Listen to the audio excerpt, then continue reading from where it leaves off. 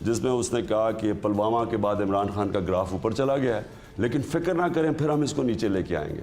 آپ دیکھیں نا جس طرح میڈیا کا اٹیک آیا میرے اوپر جب سے ہم پاور میں آئے ہیں، ہمیں سارا وقت کہتے رہے کہ جی آپ فری آزادی صحافت کے خلاف ہیں۔ آج ذرا تماشا دیکھیں کہ آج کوئی بات نہیں کر رہا آزادی صحافت کی، کہ کن لوگوں کو، آپ جیسے لوگوں کو جو واقعی آزاد اپنی رائے دے رہے ہیں، پروپیگنڈا نہیں کر رہے، آپ اپنی رائے دے رہے ہیں، ان کے اوپر کس طرح کی پابندیاں۔ اور ہمارے زمانے میں کھلی عام اٹیک تھا، یعنی جتنا اٹیک میری حکومت کا ہوا ہے میں نہیں سمجھتا پاکستان کی تاریخ میں اس طرح کسی حکومت کو اٹیک کیا گیا۔ اور یہ سارا حصہ ہے، دیکھیں جب مصدق کو گرایا تو پہلے انہوں نے میڈیا کے اوپر پیسہ چلایا۔ آپ نے اسلام آباد کا پلان بنایا، حکومت بھی ڈسکشنز کر رہی ہے، لیگل کنسلٹیشنز کر رہی ہے کہ ٹریزن کے کیسز آرٹیکل 6 کے مقدمے قائم کیے جائیں آپ پہ، قاسم سوری پہ اور کابینہ کے چند اور لوگوں پہ۔ یہ مقدمے فیس کرنے کے لیے آپ تیار ہیں؟ یہ والا مقدمہ اور دیگر مقدمے جن کی تیاری کر رہی ہے؟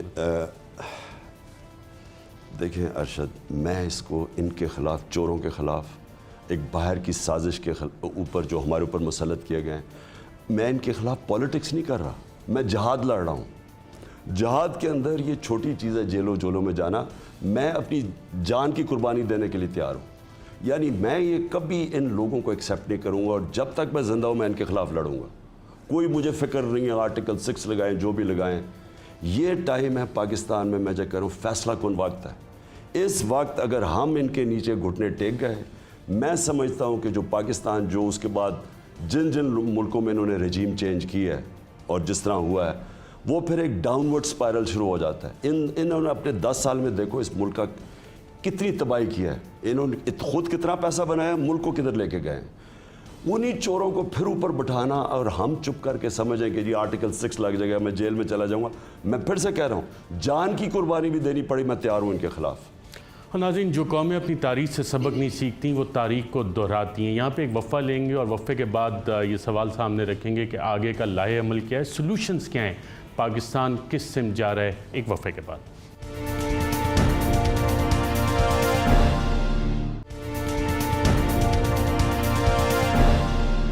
ویلکم بیک ناظرین، ہمارے ساتھ موجود ہیں سابق وزیر اعظم اور پاکستان تحریک انصاف کے چیئرمین عمران خان صاحب۔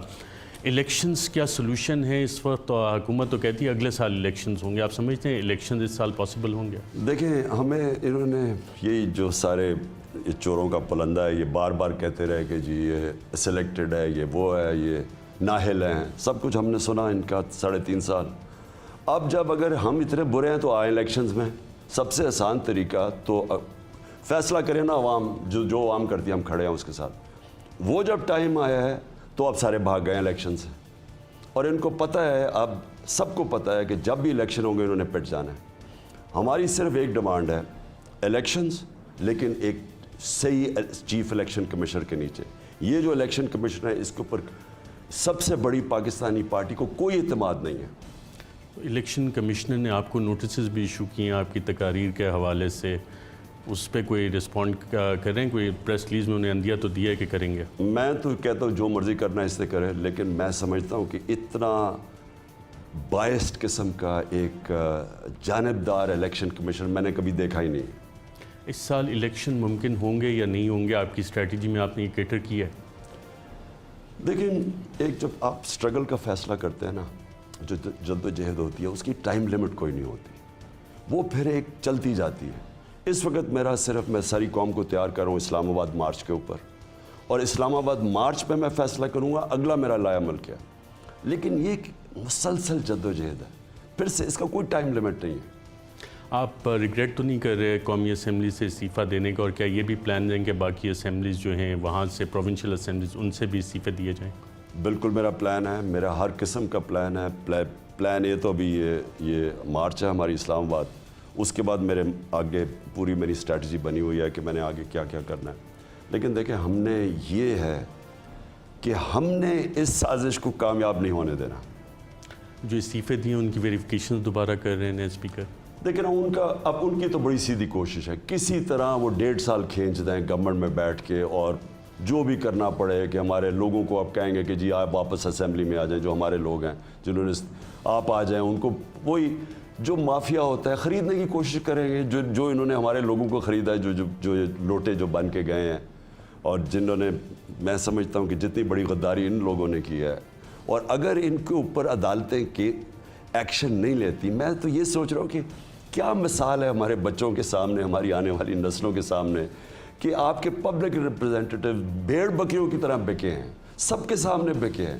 وہ یوسف رضا کو چھوڑ دیا الیکشن کمیشن نے، اس کا بیٹا اس کی ووٹس خرید رہا ہے، پیسے آفر کر رہا ہے، وہ کہتا ہے جی وہ بیٹے نے کیا، یوسف رضا کا کچھ نہیں ہے۔ اب یعنی وہ اتنا بائسڈ یہ الیکشن کمیشن ہے، اس سے تو کوئی امید ہی نہیں، توقع ہی نہیں کہ یہ کوئی فیئر کام کرے گا۔ میں یہ سمجھتا ہوں کہ عدلیہ کو اگر ان کے اوپر ایکشن نہیں لیں گے تو یہ تو آگے تصور کرنا کہ جس طرح سینٹ میں بکتے ہیں، سارے بکتے ہیں، پیسے لیتے ہیں سارے، تو وہ جس طرح سینٹ کے اندر ہے، یہ تو پھر نیشنل اسمبلی میں بھاؤ بن جائے گا نا۔ جیسی الیکشن ہوا تو 15-20 لوگ تیار ہو جائیں گے کہ اگر نہیں پیسے دیں گے تو ہم ادھر چلے جائیں گے۔ یہ تو ہماری ساری جمہوریت تو چھوڑیں، ملک کا مستقبل خطرے میں ہے۔ ون لاسٹ کویشچن، آپ کی پاکستانی قوم سے اس وقت توقعات کیا ہیں؟